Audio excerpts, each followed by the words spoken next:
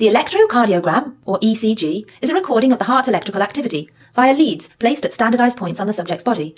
This animation shows how the different ECG waves are produced during a cardiac cycle. The P wave is produced as the electrical impulse travels through the atria, causing them to contract. The P wave corresponds to atrial depolarization.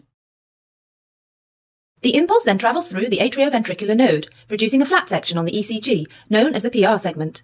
The PR segment is flat because no current is flowing through the cardiac muscle cells. As the impulse travels from the AV node to the bundle of His and along the upper part of the septum, the Q wave is produced. The passage of the electrical signal through the ventricles produces a large spike, called the QRS complex. The QRS complex is much larger than the P wave because the ventricles are much larger than the atria and so produce more electrical activity. Most of the QRS complex represents depolarization of the left ventricle, which has much greater mass than the right. The impulse remains unchanged for a moment as the ventricles remain depolarized.